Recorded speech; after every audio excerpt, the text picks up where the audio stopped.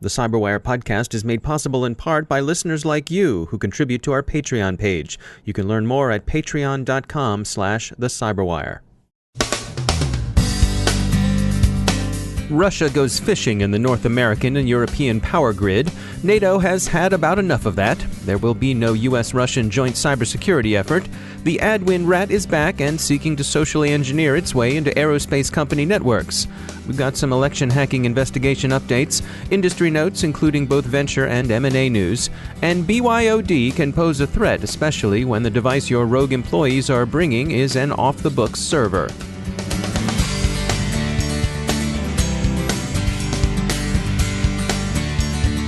Time to take a moment to tell you about our sponsor, Recorded Future, the real-time threat intelligence company.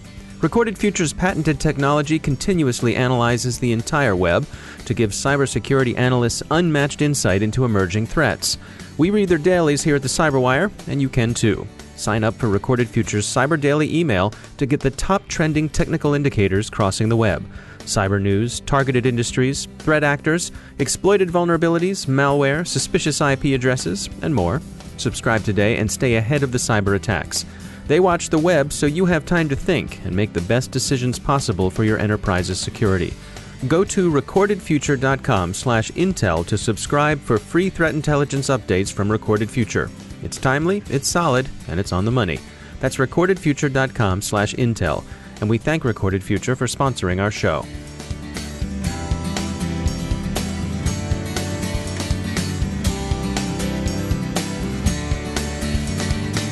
Major funding for the CyberWire podcast is provided by Cylance. I'm Dave Bittner in Baltimore with your CyberWire summary for Tuesday, July 11th, 2017.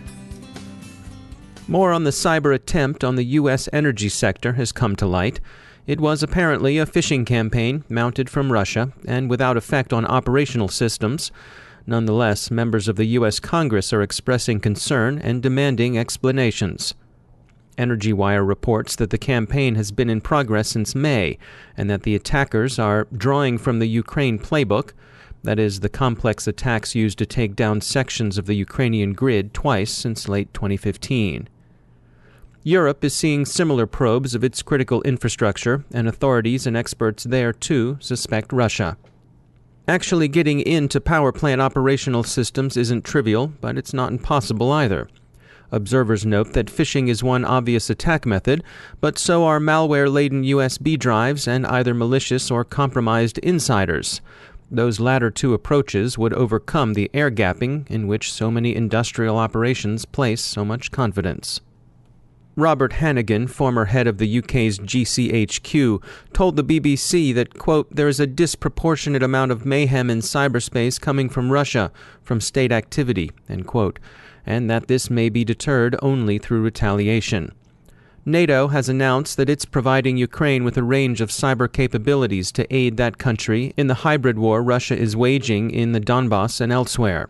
In a joint press conference with Ukrainian President Poroshenko, NATO Secretary General Stoltenberg said the Atlantic Alliance was providing Ukraine with the means to investigate the cyber attacks it sustained.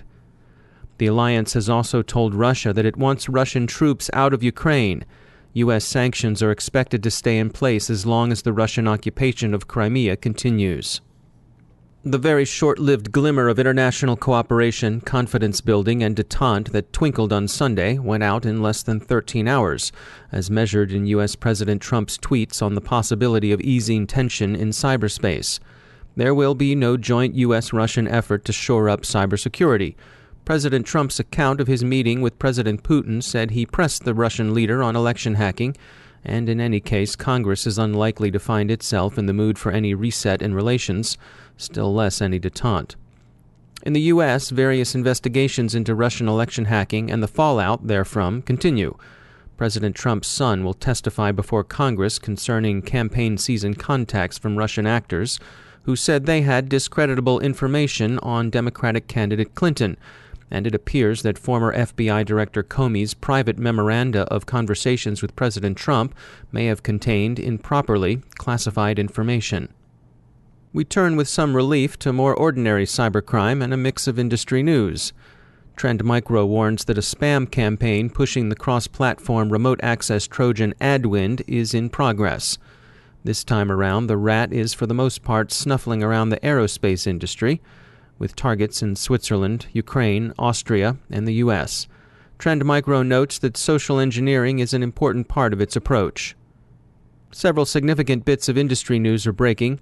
Darktrace has raised $75 million for a just shy of unicorn valuation of $825 million. Darktrace has shown considerable ability to penetrate the lucrative U.S. market, and it also announced early today that it had concluded a strategic partnership with managed security services provider Citic Telecom CPC to gain traction in Asia and the Pacific.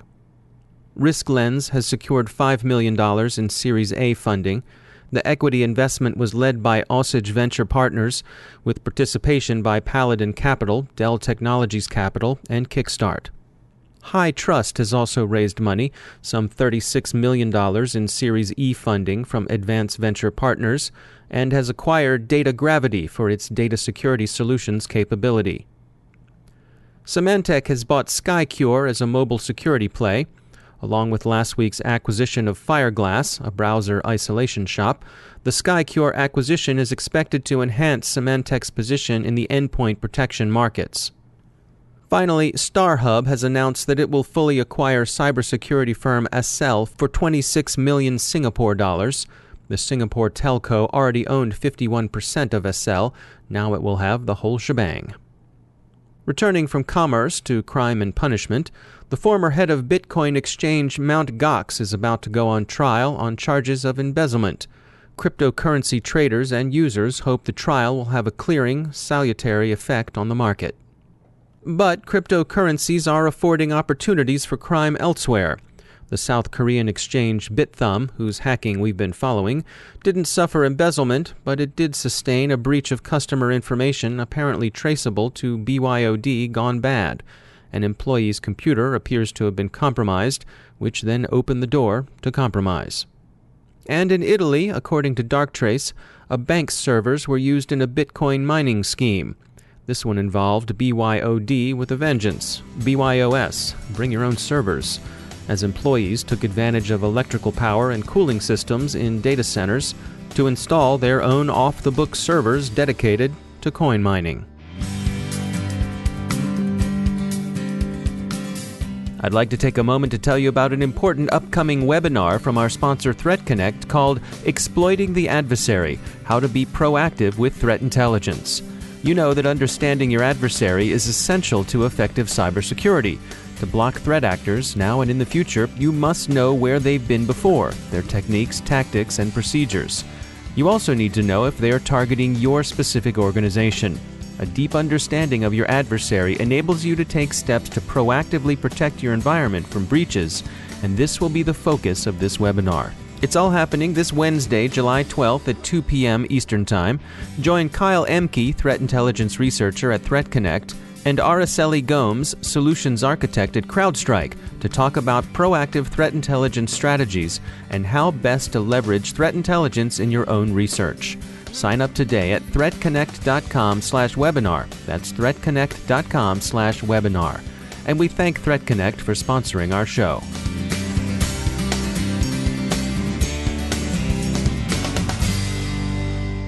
And joining me once again is Dale Drew. He's the Chief Security Officer at Level 3 Communications. Dale, welcome back.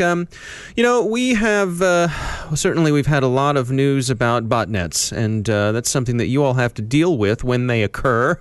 Let's talk about botnets. Where do you see things headed as we look towards the horizon? We're seeing sort of an evolution of botnets.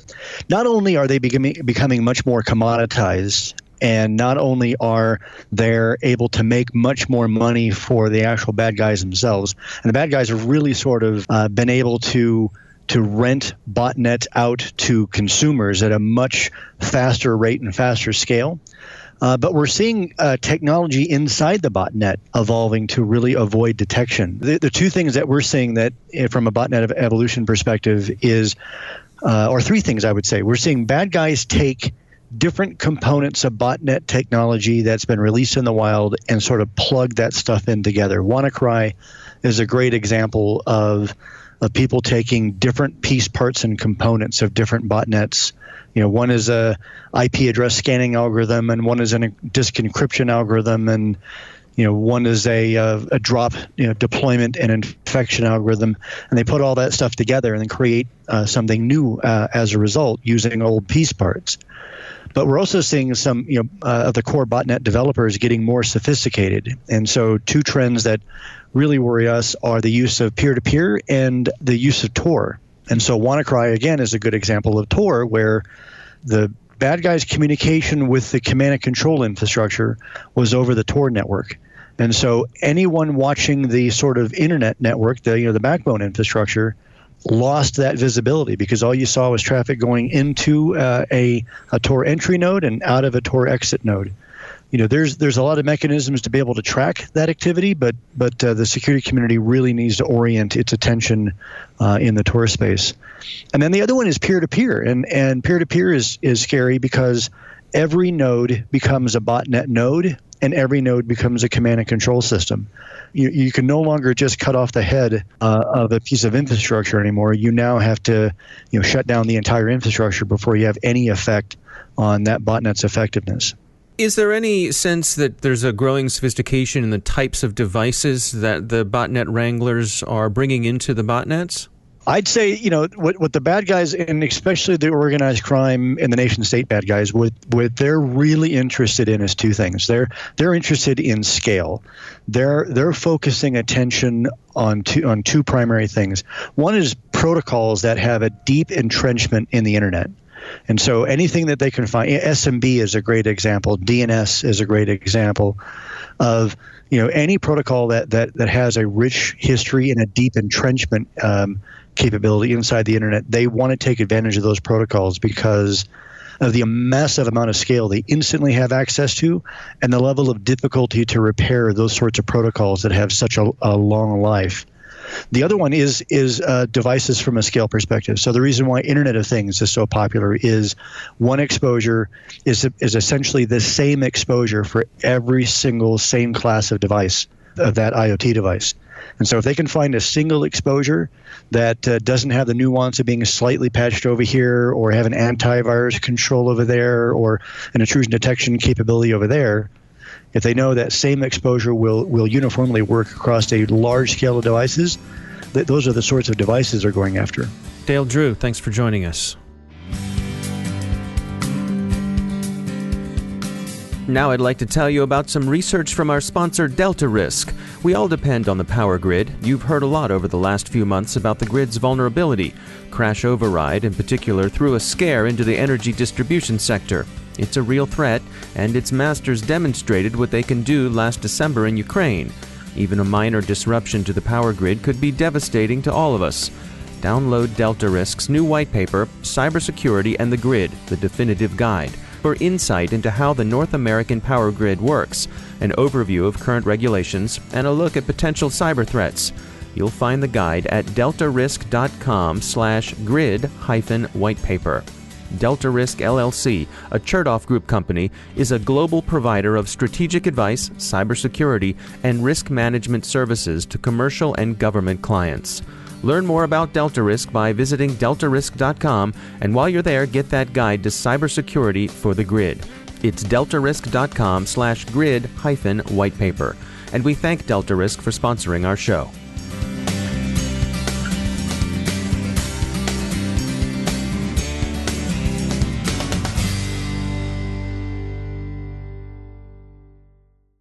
Anyone who does any amount of browsing online is quick to notice that advertisers are tracking you, popping up ads for products you may have been browsing or even just searching for online.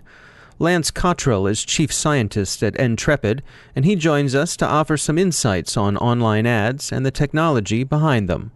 Advertising has really started to turn up everywhere and get very aggressive about the kinds and amount of information they're keeping track of. Just because you visit some particular website doesn't mean you want information about that forever. And if I happen to be going to a site looking up hemorrhoids or something embarrassing, and then I'm later using a web browser with someone looking over my shoulder and all the ads along the side of the browser are for hemorrhoids, that's awkward. And right.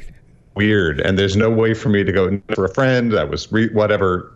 It's annoying. There seems to be this ongoing developing arms race between the browsers and the people who make plugins for browsers, and we just had an announcement from Apple at their developer event that they're enhancing their Safari browser with something they're calling intelligence tracking prevention. Right. So what they're trying to do is reduce the ability for third parties to be tracking you as you move around the internet. So first parties are the people you're actually connecting to. So if you go to a website, they often need cookies to make the website work. And they may, in fact, be using tools from second parties. So if they're using Google Analytics to track their own website, or if they've got other things to manage fraud on their website, those are second parties. Third parties are the advertisers that are going through networks onto your websites that you're visiting. And that's where the concern comes up, because now it's not just someone tracking your activities on that one website, but it's about the ability to track you across the entire internet. Every page you go to, realistically these days, will have a Google ad tracker built into it. And that's how they get this ubiquitous view. For a long time, browsers have had the ability to block third-party cookies. So you can go in there. In fact, most of them by default now don't allow someone who's not directly involved in your interaction with the website to set these kinds of trackers.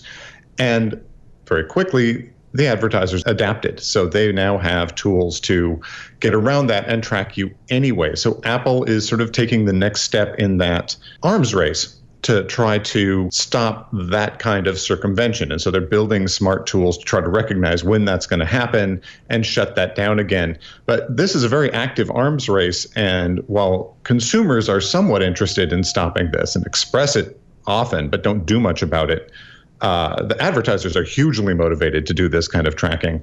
So I suspect that any gains that Apple creates with the tools like this will be quickly undone by the advertising, marketing, and tracking companies that are so motivated to maintain that ability. And you make the point that this might give people a false sense of security. Exactly.